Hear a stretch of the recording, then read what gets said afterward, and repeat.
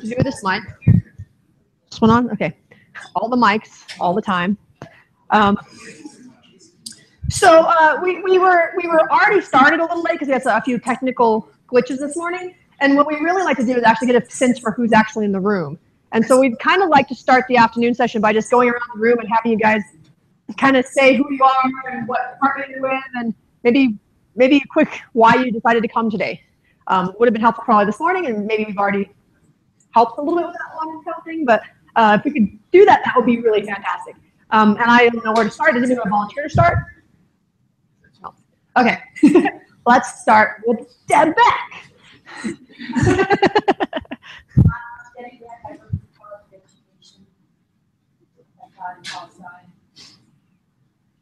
Why'd you come, Debbie? I use the tools, and also good tools. So, cool. Let's just go around that table now. Very work, college business. Cool. Grant Wright, Life Sciences Program in Urban Botany, and same as Debbie, I use some things right now, but I'm interested in learning some new tools. Dane Scow, I direct the Supercomputing Center over in IT, and I'm interested in understanding what the state of the art is for distance learning. Cool. Let's go to our single table. Tamara Meredith, Technology Integration for Extension. And go ahead, Casey. Or I guess we know Casey. Tammy? I'm Tammy Hanshaw.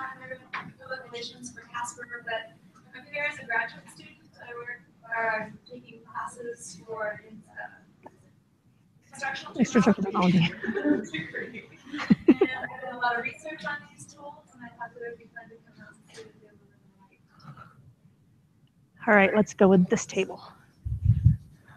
I'm a mentor, and I work at one languages. I do Spanish and linguistics, and I came here because I live in this classroom, but I want to help them to be more successful. My name is Brent Shoemaker. I'm in veterinary sciences. Experiment a bit with the classroom, and also am looking at having my class become more hybrid in person and distance. So Very happy to that. I'm joining our history bench. I am increasingly finding the classroom much better. So I'm looking for ways that I can continue to put parts in my classes or more of my classes without it creating more friction. That's an interesting comment. Annette, would you like to? Sure. I'm Annette Larson-Meyer, and I'm in human nutrition, and I'm really new to this, but basically I was just at my national, meeting, and they had a poster session where people shared research about flipping, so it was actually kind of also see it nationally, but I do a lot more hands-on stuff predominantly with seniors, although I'm teaching the freshman, so I'm trying to learn this. Cool. And our table of nurses and Jane. You do, huh? That's for sure. I'm Sherry Wallace, and I'm looking to put my classroom more extra.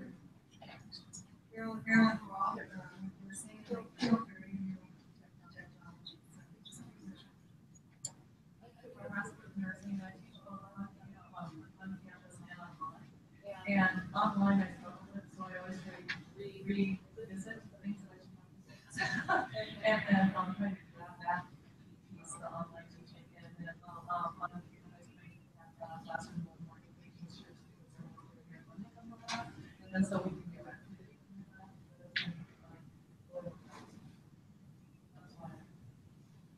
Cool.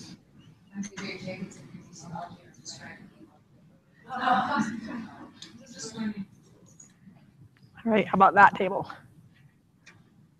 And everybody looks at each other. Currently in social work, I always learn something new. I teach online, it's not my favorite way to teach, so I'm always looking for ways to engage students for myself.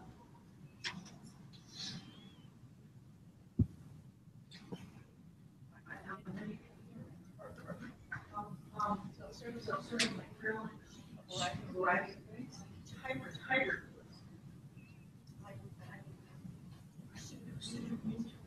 That might take very helpful.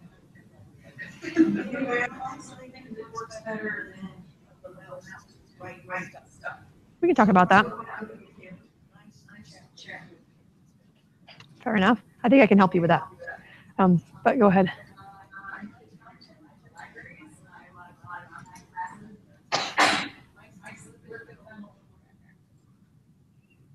And how about that table back there?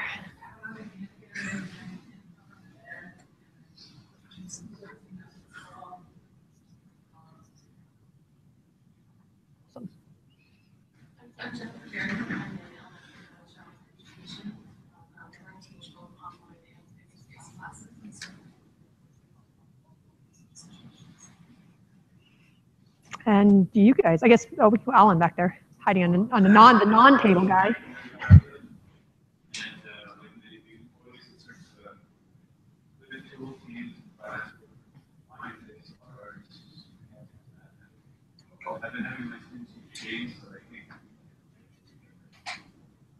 Cool. And now this table.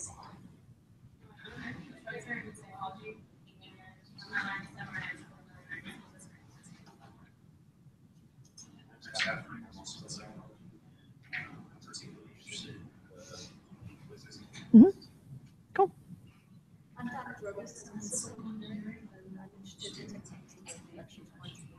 That sounds good. All right, so it's a great combination of things that you guys are all interested in. I think it brought forward a couple of things to me, is a couple of things that maybe we didn't clarify very much at the beginning. So the boot camp is a collaboration between Outreach and UCTL. So we're definitely trying to get both on-campus and off-campus faculty here to kind of cross between what we clearly have done, right? We've seen a lot of people that are doing both or doing one or the other. And so that was very helpful. But I think it's good for us to be intentional in telling you that the goal here, it really is to get both on-campus and online faculty or distance faculty in the room together. That is a big chunk of what our point is. Another thing is that when we talk about flipping a classroom, the traditional definition and idea of flipping a classroom is about taking a face-to-face class and adding what you might consider distance elements to it, right? Adding a lot of videos, adding some discussion, online discussions, adding some things like that. That's kind of the traditional idea. But as you've heard, there's several faculty that are online faculty too, right, that are teaching online. And what we like to talk about is the idea that if you're flipping from an online classroom, you can still flip an online classroom, but it's different. And then what that means when you flip an online classroom, you're using the tools and the techniques are shared, but they're used slightly differently. And so teaching an online class, a traditional online class might be very textual based, and so we're still trying to add these engaging visual elements to an online class. The other way that you flip an online class is to take an face-to-face class, which is synchronous, and you add asynchronous things to it to make it flipped. Well, if you have an asynchronous class and you want to flip it, then you may add synchronous things to it. So it's kind of the opposite, but that's kind of the way we like to think about it. So it's absolutely appropriate, and I mean, we believe it's absolutely appropriate and helpful to have the cross conversation, and all of these tools are useful for everything. And so I just wanted to make sure that I think we know that, but we're not always intentional in our explanations of that to you. So, right. So, and I'm going to talk now about polling and response system type things. And yeah. Oh, sorry. Right. There's two things that Meg could tell them this. I did not do that. First thing I just told me, thank you, is that I created a thing under modules on general information called Cool Tools that I really would like you guys to go in. I made this is a editable page that anybody can edit this. I made it editable by anyone, which I would like you. So I was talking to, I'm sorry, what's your name? Right here. Mary Catherine. I was talking to Mary Catherine, and she was saying, she was doing study abroad, and she was trying to figure out a way to do the presentations to her students without a screen or without just some way with a mobile thing. And she has a couple of cool tools for doing that. And so it gave me an idea that I'm willing to bet that almost everybody in here has some kind of tool that you currently use that we're not talking about. Possibly because we just don't have time, possibly because we don't know about it, or maybe for other reasons. And so if you have some, we'd love for you to go in and edit this and throw them in here and give us a little idea of what they are, or maybe even if you have time for it and you want to, tell us what you might use them for. Because that's a really helpful sharing thing. You know, I've never actually used the tools that she used, and so I've heard of them, but I never actually used them. I've heard of them and thought I don't know what I would do with that, and now she's giving me a really good reason to use those. And so that's one thing for sure. And then the other thing is that we, under modules, we added this one? Under the Mind Online discussions, the first discussion is there. And that's going to start, I guess, now. And so you just go in and participate in this discussion as you. Right. Okay. I want to know what it says. So these are just questions that you might have about the book as you get started, and so that we can kind of work forward to that. That was it, right?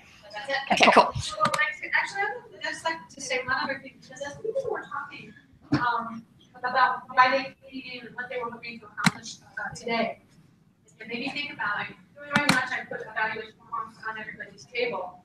One of the questions that I haven't added to the house, but I really want to, I'd love to know if there's anything new that you're going to do as a result of today's session. So if there's something new that you're going to adopt, or something that you're going to change as a result of today, will you write down in the back of your evaluation form? We can put the evaluation form out for that, and that will also be really helpful information. All right. So there's a lot of different techniques and technologies for doing polling. And they're all, I mean, they're very useful and they're great. But we're going to focus on 2 of them right now. Mainly because they can be overwhelming. I mean, we already have one. Your pod can actually be a presentation or a participation tool. But these are trying to find the ones that were kind of simple. And let me just tell you, there's a lot of polling ones, and I know you all have heard of other ones. Absolutely. So I'm just going to tell you up front, the reason we talk about poll everywhere, 2 reasons. One of them is we have a school license to it, so that means it's available. But the other one is that of all of the polling options that exist, to my knowledge, this is the only one that allows people to participate without a smartphone or a computer. You can participate with a phone that texts. That's all you need. And so trying to keep the technology at the lowest level, so that you have connectivity problems in the classroom and they can't connect or whatever, they can usually text. And so that's the reason we're showing this one. Now, if you have access to other ones and you're excited about other ones, that's fine. They're going to behave much the same way.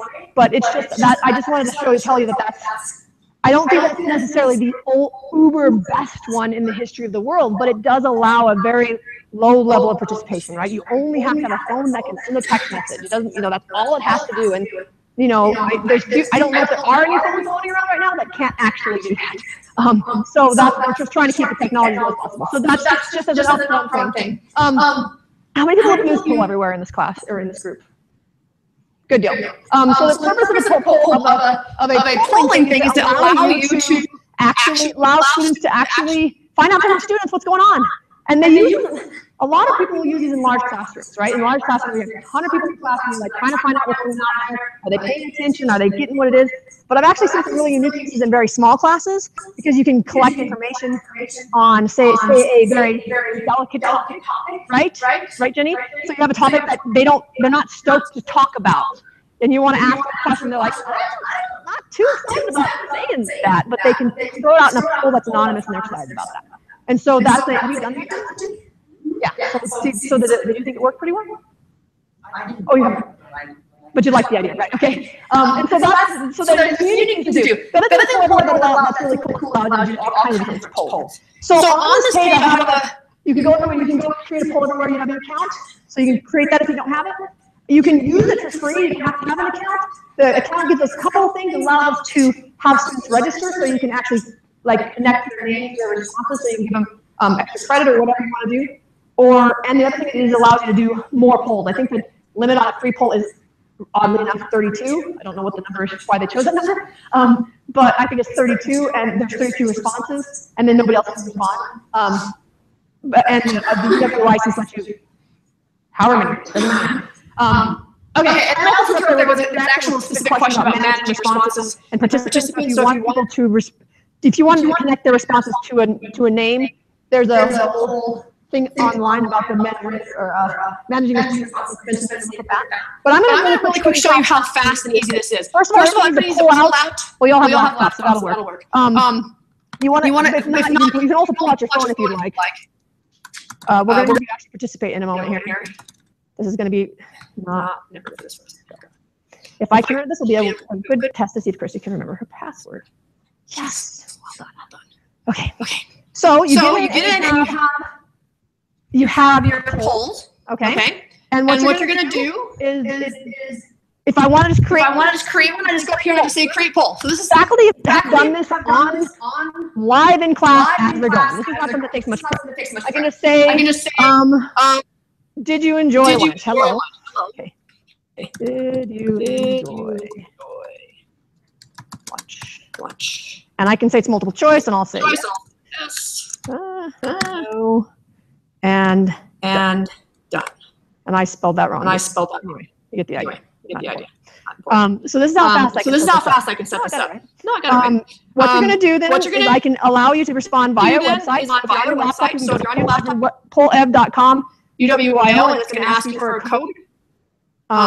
If you're going to use text messaging, so there's the text messaging information. And then if you, we'll just go with this. So you guys jump on there. What you're going to do is you're going to either go to pollev.com/UWIO, or you're going to send a text message to the phone number would be 37607. And in the first part of the text would be UWIO.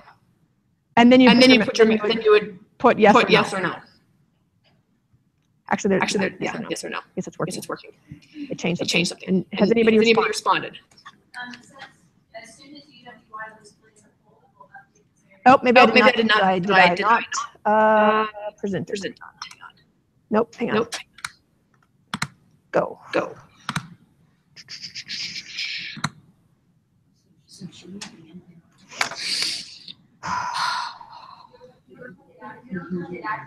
Where is it? Do you see the activate? They just changed this. Literally yesterday. There you go. Now it's active. Now you can go. Type in A or B. There it goes. Now we're excited. So we had one that didn't like lunch, but most people thought it was okay. All right. So you get the idea, and you can see how fast it's updated. And so that is a pretty powerful way to see what's going on. There's a couple of caveats that we've learned when using these, is that as students start seeing what becomes the most popular thing, they might start answering that, the ones that are slower. That can happen. You can actually just hide it until you're done. So sometimes I'll put up a poll and say, here's the poll, and you have the option of actually saying, I think it's in here.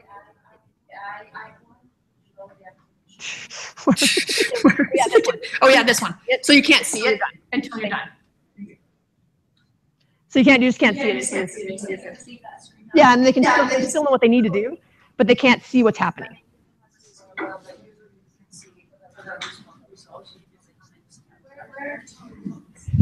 you have access to that? Not here, let me do this so you can see it better.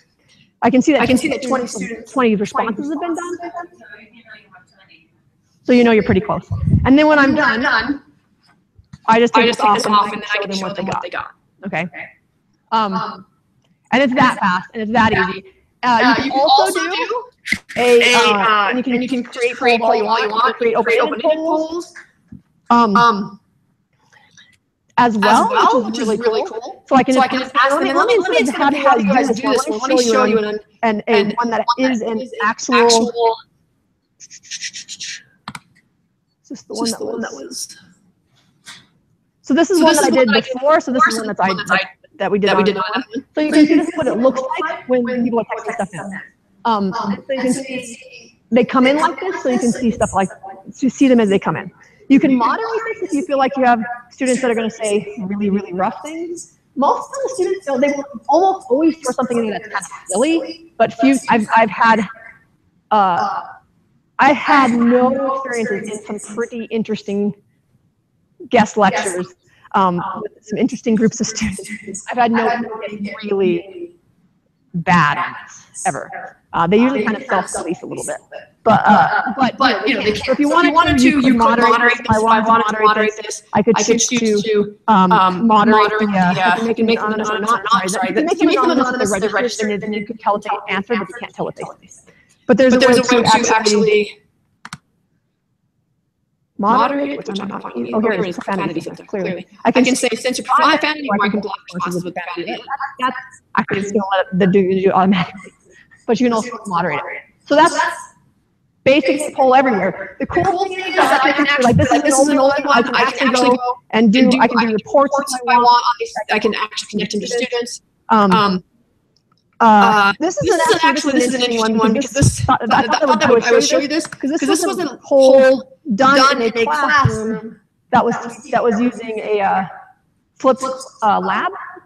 So they wanted to see, they asked students what they thought about labs. So I thought I would actually just show you because I thought that was an interesting thing to throw out there. So this, I prefer the flipped lab to the traditional lab, and this is what the students came back with. So they kind of, the flipped lab being, in this lab class, they had lectures first before the lab started, and then they had the lab. And in the flipped lab, of course, they had the videos, and then they just had, more time for the lab and more time for the TAs to help with the lab. So yeah.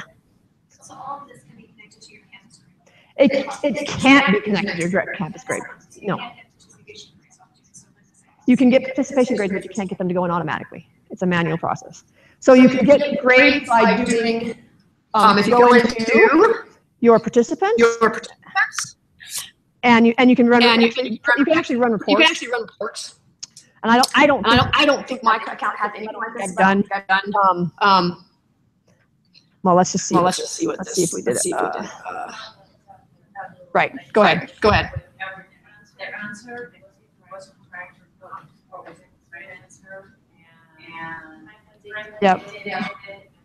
So you can tell whether they did it during class and stuff. You'll have to download it as a spreadsheet, and then from there you can right. And there's supposed to be a connection with Canvas coming, but it's right now you can put these in the Canvas, you can embed it, but you can't actually make it do anything. If you have multiple questions, does it for one student kind of collect all of those? It can, yeah. It can. We were anonymous on purpose. You have they register, so you actually, there's a couple of ways that you can add them yourself. So you can actually go in if you have a list of students where there are things you can add to participants.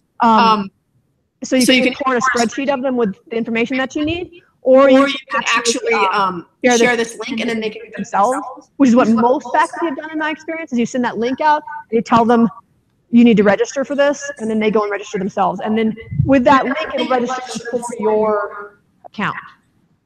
For the whole semester. Mm-hmm. Forever, actually, as near as I can tell. Are you starting to see issues with students logging in with their friends? Well, this is much less than the clickers, because with the actual manual clickers, often students will actually just, I mean, we've seen students with like 4 clickers in a class because they'll just give them the clickers, but they don't want to give them their phone. And if they register as their phone, they have to give them their phone. And so that's kind of something. I mean, if they're willing to give them their phone, but this is a lot different than handing them a clicker. You know, handing them your phone for the entire class period, something is a whole different world usually. And then in addition to that, as Renee said, is that you can see when they log in. So yes, maybe then they could go back and say, hey, we did this poll today or whatever. And if you forget to close it, you'll see when they responded. If they responded 2 hours after the class is over, then you know that they weren't in class. It could be tied to the account, like we just did with our class. It is, that's when you have them register, it's tied to an account. So, and that phone number is captured, or that account is captured. So that means that when they respond, you can tell who it was. I think it's possible. Have you ever seen that happen? Really, that you know? I had a student who was not coming to class doing part of the participation. small within a new. Yeah. It wasn't a lot. It was like, so, you know, when they downloaded that, it just worked. So that's kind of neat. What you say about like being about the cooking and those apps, you can get and there's questions, like 3 times, it's gonna take. Yeah. But after that, it's really quick. So you just. And you know, if it's not a high, I mean, if you're using it for really high stake stuff, that's lots of points, then you might have a lot more trouble with that. But I think if you're using it for fairly small stake stuff, attendance or participation type stuff, it's not going to be a lot of trouble. It's much. I think the reality is that with any tool, no matter what you do, if it's slate and, chalk or whatever, there's going to be the possibility that if somebody's really determined, they'll figure out a way to outsmart it, you know? I mean, there's just nothing that is absolute. But I think if you don't get the reason, then you're likely not. Can you only use open-ended questions, or can you use other kinds of questions? So you can use multiple choice, you can use open-ended, you can use, well, I guess it's pretty all. Is there another kind of question? We can use, I don't remember, I think you can use multiple answers at the same time also, so you can say. Right. Everything that's right. or something like that. Yeah, I think you can, yeah. So, True or false. yeah, true and false. So basically those kind of questions, which is some of them don't allow. And so yeah, you can do true and false and things like that. So, where's my cooking tools? So what I'm showing you right now is actually, I'm showing this because it's part of Canvas, and this one does dump into the Canvas gradebook. So I'm showing it's not near as robust as I might be showing you this. There it goes. So what this is basically it's an app by Canvas called Polls, and you download it, and you can go in and you can hit this button down here at the bottom. I'm going to show you this. That says Create Polls. And if you did that, we could go in here and say Create Polls. Go. Or not. Pull, and you hit the plus at the top, and you can create a question. So,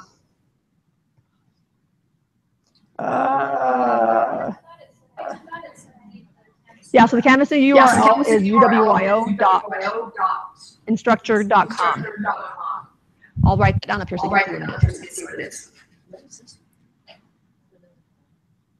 This is the one that's built into Canvas. Canvas. That's the URL. If it asks you for that. It might also work just It might. It's possible. It's Instructure. That's the company. So this is just another poll. This one is not near as robust as Poll Everywhere, but it also is in this thing. So some of the disadvantages of this particular poll, you have to have a smartphone or a tablet. You can't participate with a computer or a texting. So you actually have to have, but it will work with Android and Apple products, but it won't allow you to do anything else. Once you've created one, this one is actually in your. If you log in, click on that. You should have this. Will you use poll in your course? This is in the course. No, it's only on the mobile device. So if you have a mobile device, go in here and see if you and answer my poll. So go into polls. If you loaded this, if you didn't, then we'll just see a couple people get in there.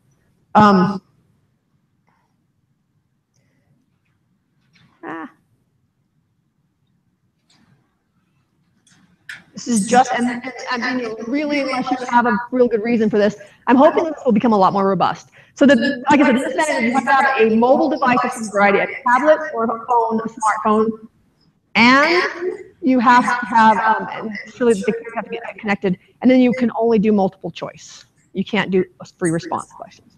Has anybody answered? It's not showing up. Why is it showing up? Oh, there it goes. So you can, I just had to refresh it. So you get the same kind of idea. It's a similar process, but it's a similar result. What that only do. I'll show you one more time how to do this. You just do plus and you choose a course. And so you know if I was doing technology bootcamp courses. So I'm going to say technology bootcamp. Choose a section. So this, the one thing about this is specific to your course, right? So this is very specific to your course. So it's not like just kind of randomly going out. And then I pull this one. Come on. Try this one more time. Okay. Anyway. It's just choosing a course and creating it and pushing it to a course. That's pretty much all there is to it. And then you just have an option of, I'm not sure why this is doing this. Choose a section. And save. Okay. And so, oh no, I just my same poll again. That's what happened. So now I have 2 polls, the same one. I went to the wrong place. There we go. That's what we wanted. You can only create these from your mobile device as well. Add answer.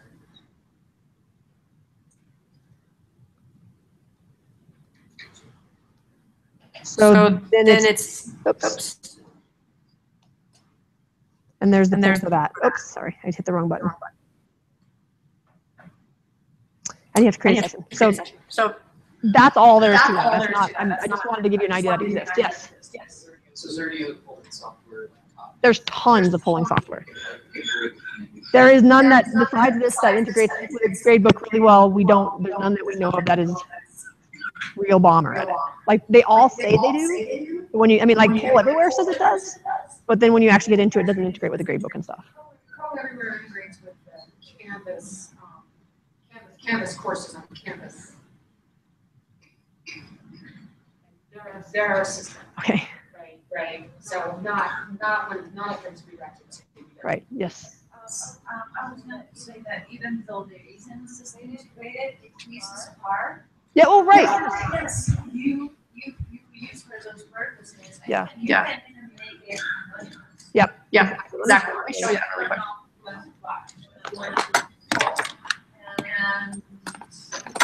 That's an excellent point.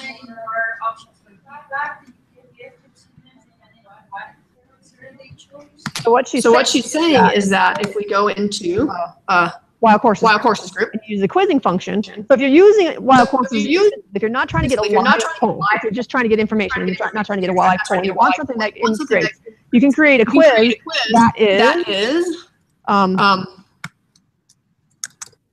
is a poll, and you can do this by saying you want it to be an ungraded survey, and then keep submissions anonymous. This will give you the same kind of information, but it's integrated into Canvas. It will tell you whether or not a student took it, so they can get points for that without knowing who has attached what. And then it will allow you to give feedback, and you have all the options of quizzes in Canvas. Thank you for talking about that. So this is not live. Unless you have a class with computers. Yeah, you can make it live. I mean, if you have a class with computers and or smartphones that can participate while you're there, probably as much as you could with the poll, actually, because you can use the app. Yep. Yeah, you can. Yep. Exactly. And they can use the app, so it can really well, can work as well as a poll, actually, if you're using that. Yeah. It's going to just, no, not the same. It won't display like it won't display a graph that students are going to see live like that. No, it won't do that. Yeah. Well, you could go to the analytics. Yeah, you can do that. Show the graph there. You can. But it's not no. It's not going to be clean and changing like the other ones. But it does go in your gradebook, which is absolutely true. And like I said, you can make that connect to the gradebook in a way that the answer is anonymous, but the system will say it's worth 5 points. If they do it, they get 5 points. Or if they, without actually having, so that you don't know who did it, but they get 5 points for doing it, or something like that. You can totally do that. I should have put that in there. Thank you, Irina. That was a great idea. Totally forgot about that. Any other questions? All right. I'm going to, yeah, go right ahead. The question I've got is on participation. So students rate their members of the group. Is there a way to do that in Canvas? Or They do that. Yeah, there's all kinds of group functionality in Canvas that allows people to do that. Show me. Not right now. Because the what? I think it's Well, I mean, the problem is that, like, we do entire sessions on the group functionality because it takes a solid hour to learn how to do that. We are totally willing to help you with that on the breaks. Or I think one thing that's important to mention is that every Monday during the summer from 1 to 3, right over here in UCL, we have open touch hours, which is come over and get help on anything you want. So we can sit down and show you individually that. We also are totally willing to have a group session. If we do it right now, then we'll miss all of the rest of the day. Because it is it's complicated. The groups are complicated and take a lot of learning. So, but we will be more than happy to show you how the groups work and how they do that. We'd be happy to do that. Yeah. Mm-hmm. Absolutely, that would be great, Jenny. So yeah, so if you are interested in learning how the groups work, how to do that, talk to Jenny. And she's going to organize you guys into time, and we can sit down and work with it. Correct. All right. And really, I don't want to be. I don't know the word conflict. I'm not trying to be difficult. If we go off on groups, honestly, it'll be the rest of the day because it's kind of complicated. So I'm going to hand it over, I think, to Jeff, and he's going to talk a little bit about web conferencing. And I'm going to do all of my microphones. Okay. Here's one of them. Let me just turn it off for a minute. We'll turn it back on here.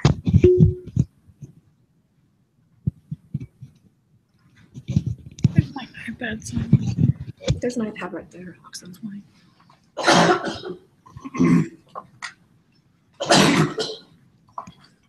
Okay.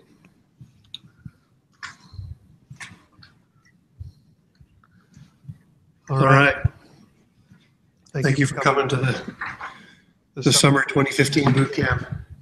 We were all excited that so many people signed up for this in the middle of June, early part of June, when it's nice out finally and stuff. So thank you for coming. I want to talk about web conferencing. My name is Jeff, and I work with Christy in their outreach programs, as well as Igor and Jeffrey. So I guess, first of all, how many of you teach online courses? Oh, okay. And how many of you have used web conferencing in your courses? Use the big blue button?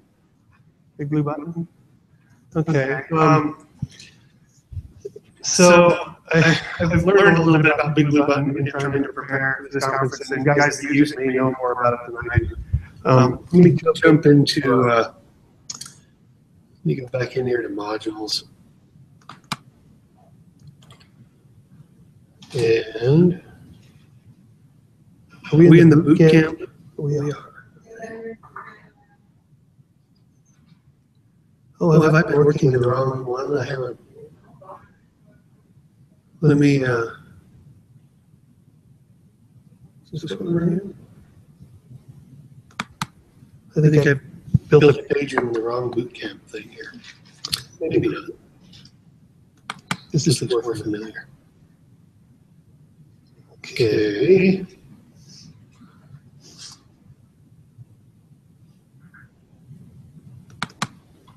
thought this is the one I was in.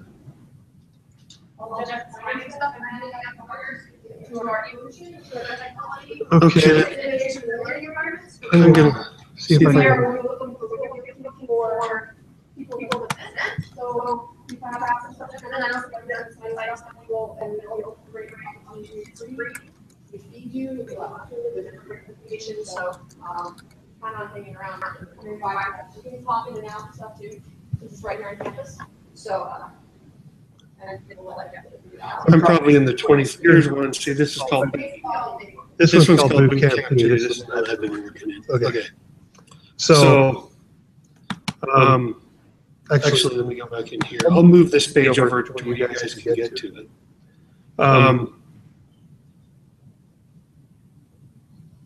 Okay.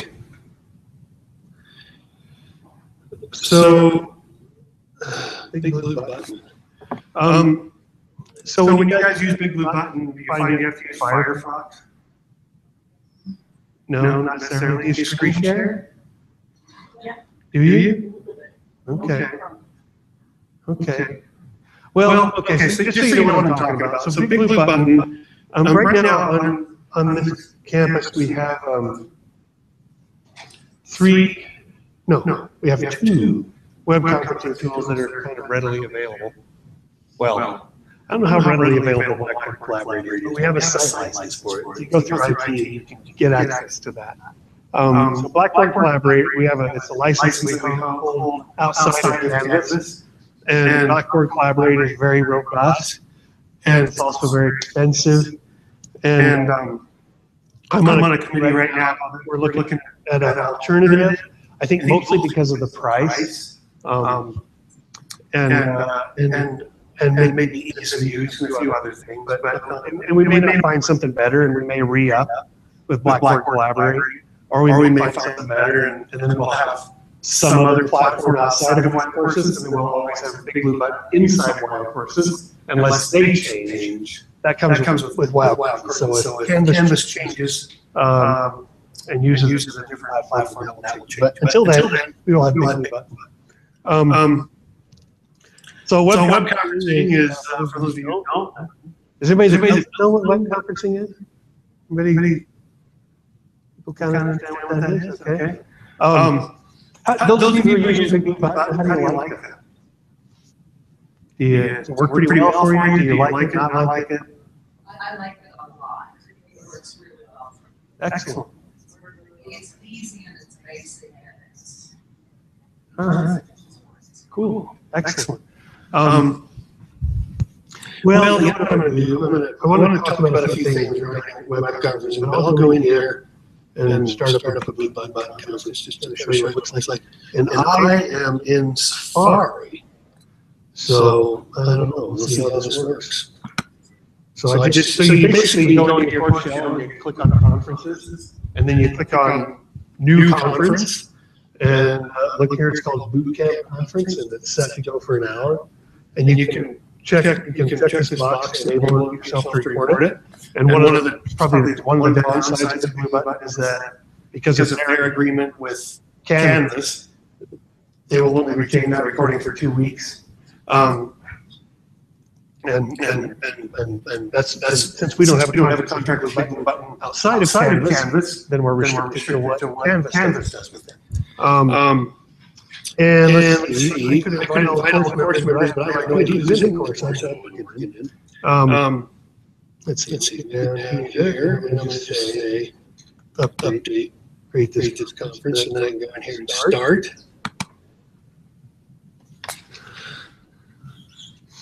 Do any of you use Safari when you use Big Blue Button?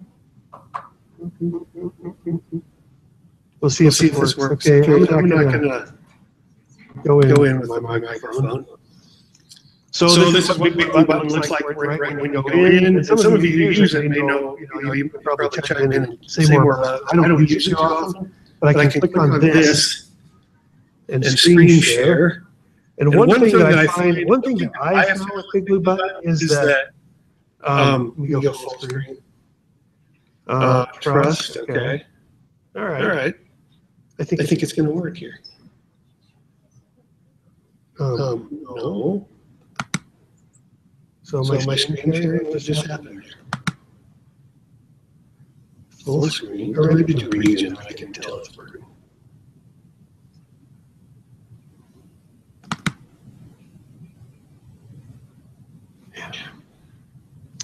Yeah, this is kind of my experience with Big Blue Button. I get lots of warnings when I try to screen share. I was able to do it in Firefox. We're not in Firefox right now. Instead of getting into Firefox, let me try this one more time. Okay. What? Okay. Okay, we try this. Okay, we try this one more time. Region. Okay. Okay. Later. Later. I mean, Is it going to let me? Is it going to let me? All right. All right.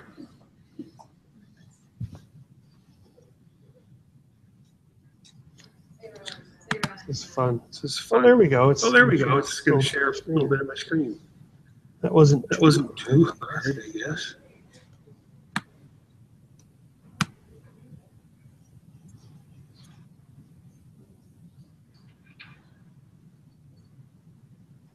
Oh my gosh. Oh my gosh. Whatever. Yes, whatever. Okay. So I don't know if it's sharing or not. It sure didn't let me update. Is it sharing? Is it sharing? Yeah, I see. Yeah, I see. So if I minimize So this, if I minimize this, then am I sharing? I'm not sharing anything. I'm not sharing anything. How do I get that back up here? With Safari?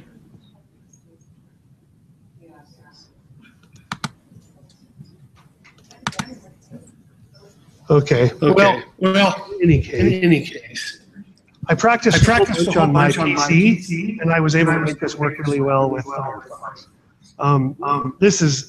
I think this is a rather outdated computer, and you might have better luck, and obviously the people who use Blue Button in here have better luck. So Big Blue Button's one of your options, and I think, and again, I don't hear a lot of complaints about it. When I was practicing for this presentation, I didn't practice on this computer. I just kept getting a lot of warnings, a lot of allow. They were like all over. After I clicked yes on all of them, I was able to stream no problem. So, and the other thing that you need to know about this is I checked the box to record the conference, but it doesn't automatically record. See this little thing here that says nothing about recording at all until you hover over it. You have to click that before it records your conference. And what happens? I discovered troubleshooting with some students and a teacher who couldn't. The teacher, this is a good example of how you might use this. The teacher had the students partner up, do little conferences with Big Blue Button, and it was a counseling class, and so his goal for them was to be able to see each other's expressions and do a little model counseling session. And then they could go back in during the 2 weeks that was up and critique themselves.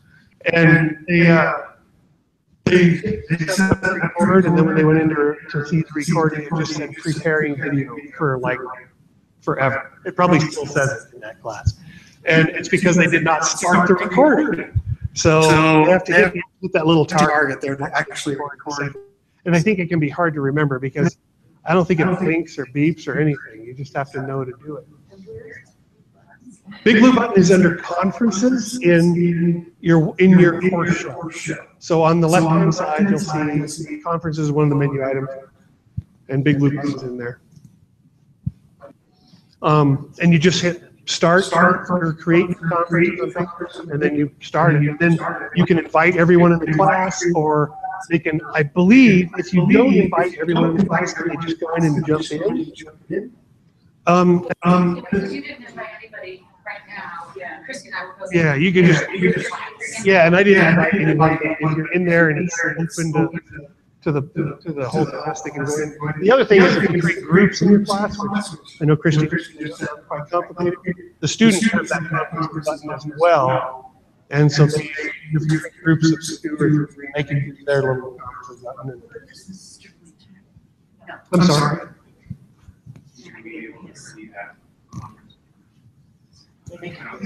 Yeah. If they have a microphone and a camera, they can hear each other.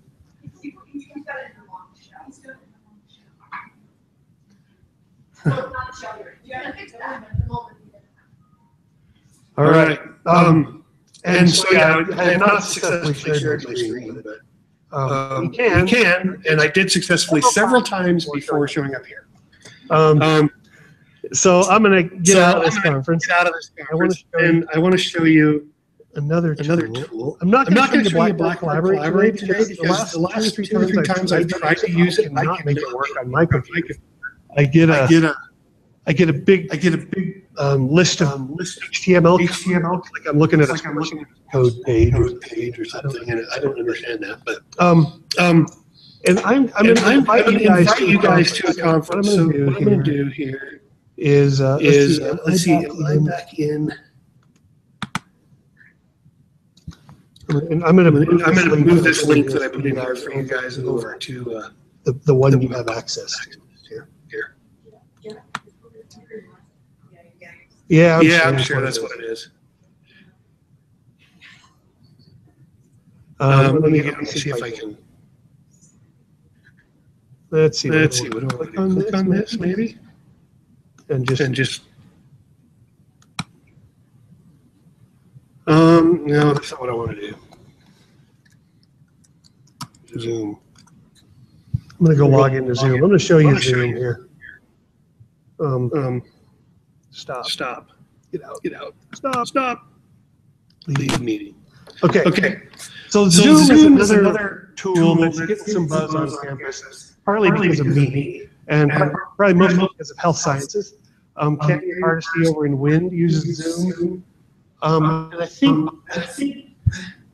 think she initiates conferences on Zoom now. I think she started because the university that runs a conference that W is involved with called the ECHO program, I believe, once a week, maybe it's in Mexico. They use Zoom, and so they get everybody together through Zoom. And Canyon just sings its praises, and I've been to, I attended one ECHO session, and then I attended a couple of demos of Zoom, and it's pretty cool. It doesn't have some features that you might be looking for in a web conference. It doesn't have breakout groups.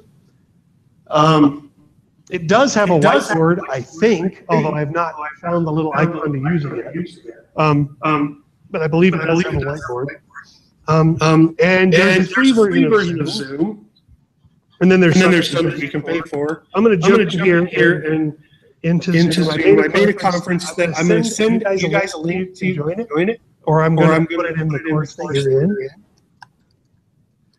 And we'll see how this works with all of us on wireless. Here it may be a disaster, but we'll see. So this is my Zoom. What? What did I do wrong? Oh, there I am. Maybe. Okay. I don't know what that was. Okay. So look here. Check 2015. That's this year. Okay. That is this year. Let's see. Can I click on that? Get the link here. There's the link right there. I'm going to go put this in your course. Command C maybe. And then I'm getting back into the course we're supposed to be in. Bootcamp 2015. Oh, I'm logged in now. Let me go find it. I think I'm in there.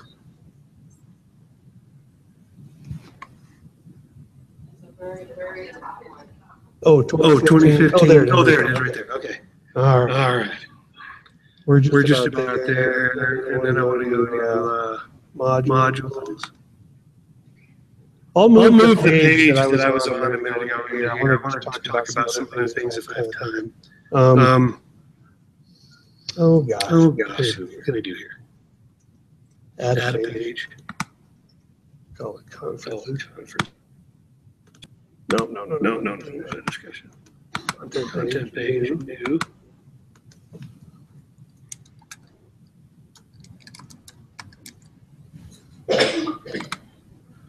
Okay, I'll publish this. And then I'm going to put this link on this page for you.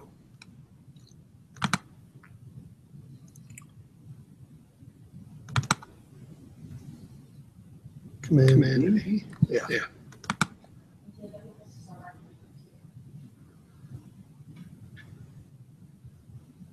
Okay, I want to get. Where's the save? I gotta move down. Oh, there we go. Okay. All right. So there's a link to this. Now I need to go back into Zoom. No. This is where I am. Okay. Okay. There we go. There we go. All right. All right. If you get prompted to use a microphone, that would be nasty. That would be nasty. Just join by. And I think maybe I just close. Here's me. There's Deb. Deb. Now here, I'm going to go down here to share screen, and I don't know. We'll see if this will work with this one. Yeah, it's sharing. Besides that. So, all right. So as you can see, Zoom was pretty smooth, even despite my lack of preparation. Right? So I got this conference going. You guys have that leading up in here. I was able to share the screen, and it didn't fight me on that at all. And basically, so with Zoom, everyone in the conference can share the screen. I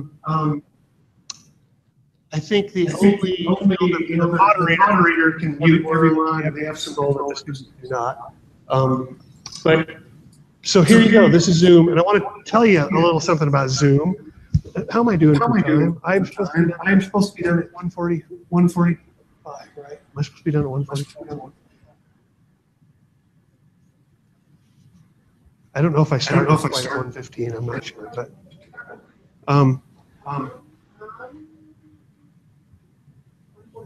1:45. Okay, I'm gonna hurry. I got 2 minutes. No. So, Bob Schumann, Associate Dean of A&S, he teaches in political science.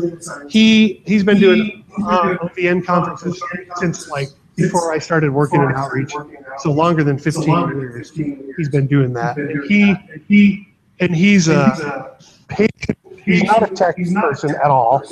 He's got seemingly infinite patience, at least in my experience, and he has become very frustrated with. He's become very frustrated with OVN. I think, can I mute everyone? Oh, okay. Anyway. So he's become very frustrated with everything. I think it's impersonal, he feels like, and he doesn't have control over it. He's got to ask a tech to switch video sources for him and so forth. He became very frustrated. But again, he's not a tech person, and I think he can be very frustrated with technology if he doesn't have some support, some help. But he wanted to try something different. So because of Canyon Harness View and Wind, I learned about Zoom, and then I showed it to Bob. And Bob has a summer course that he's doing, and we canceled all of his OVN sessions, and he's been doing these on Zoom, and he's only got 8 students, so it's a pretty small group, 8 or 9. And the first night he did his OVN conference, he had them all get on Zoom to make sure it would work. And I don't think they didn't all have a device with them, but most of them did, and it worked. And then some of them were a little hesitant, some of them really wanted to do it. And then he emailed him and said, we're going to try this next week. We're going to do Zoom. So we canceled his video conference, and he did Zoom the next week. And he just was so. He emailed me. The term he used was profoundly more intimate.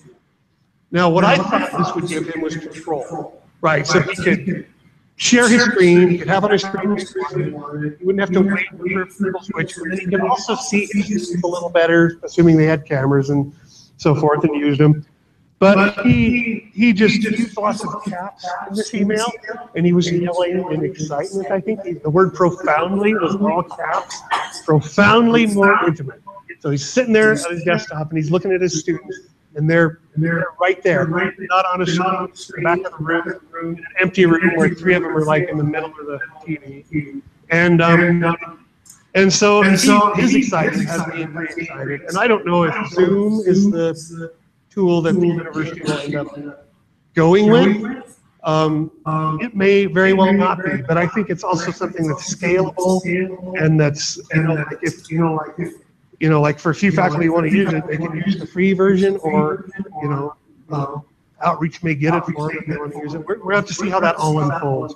But one other thing I wanted to just point out about Zoom, and I don't know if this is the case, I've discussed this with some of my colleagues a little bit, it doesn't have breakout sessions, which I think some people really like to have. And I wonder if it doesn't run, it seems to run almost flawlessly. Canyon Hardesty said they get 30 people on there and it works remarkably well. And Bob, of course, is having no problems. He's got a small class and he's only had about 3 sessions. So, maybe that's not a good measure. But, I wonder if some of those features sort of drag things down, a little more complicated.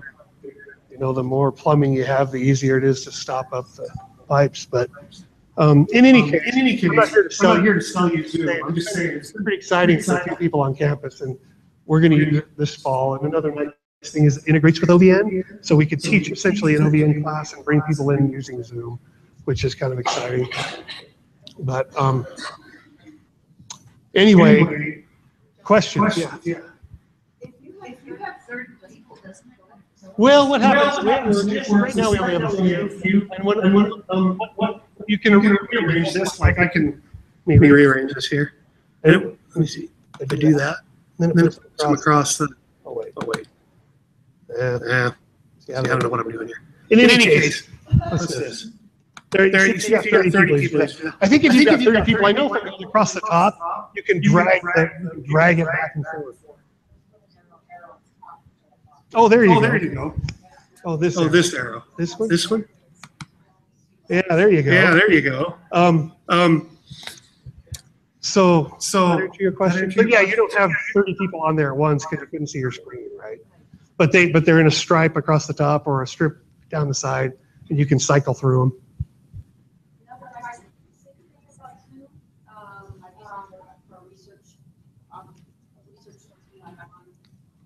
Share the screen. So like a student has a student wants to show one of the presentations, or they want to show it easy to go back and forth to share a screen. I think also to share an app. We just want to show something like just a Word doc. I think if this one would show as an app, that's an app. Yeah. Sure, you can share. Yeah, you can share the screen, you can share an area, or you can share probably a file or a window or something like that. It also has amazing apps for every mobile device. So like you can totally log into this very easily from your phone. Or your iPad or whatever. Yeah, I don't know that they can. I don't know that they can. It works. And then you can also share an iPad.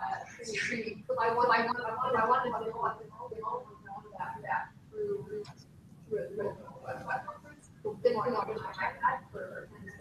you can actually share an iPad screen to this as well. And I did see a captioning demo of this as well with a company called First Caption, I think. And it was a live caption of a demo session that Canyon was running. And it was pretty cool. It was remarkable. I think the accuracy in the captioning was probably the company doing it. But you can see the screen, you can see the caption, and you can get a transcript of it. And if you use an iPad, I think you can either see I think you're limited in what you can see. You can either see the live caption or the screen. I'm not sure if you can see both on the iPad yet, but I'm not sure. But in any case, there was a couple other things I wanted to talk about, but I told them I could do this in a half an hour. Okay. So I guess that's it. Are there other questions? Yes.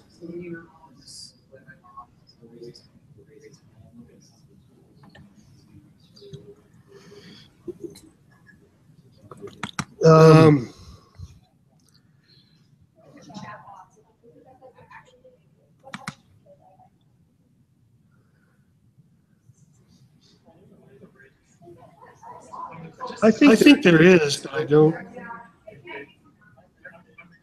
Oh, look at that case list.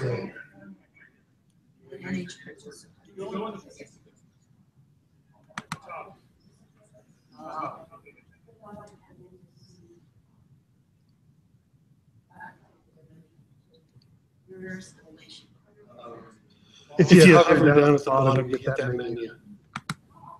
The menu down here. See, I don't see whiteboard on there, so I'm still not sure how the whiteboard works. See, here's how you get through your people here. All right. I don't want to cut into anyone else's time. Oh, okay. I don't want to cut into your break time. So I can show programs and. Yeah, you can show applications, you can show the whole screen or part of the screen, I think.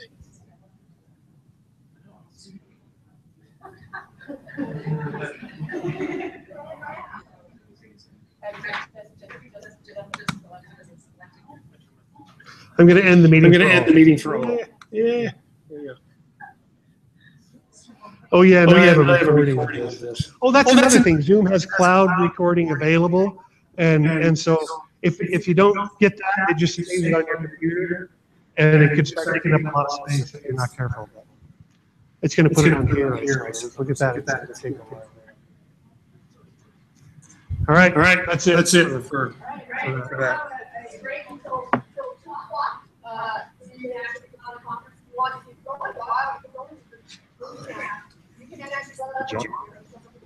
Thanks. No, I got to work really well. I got to work really well on my computer, but I can't get to it. It seems like I'm an idiot taking it to its space and can't get it to work. Sure.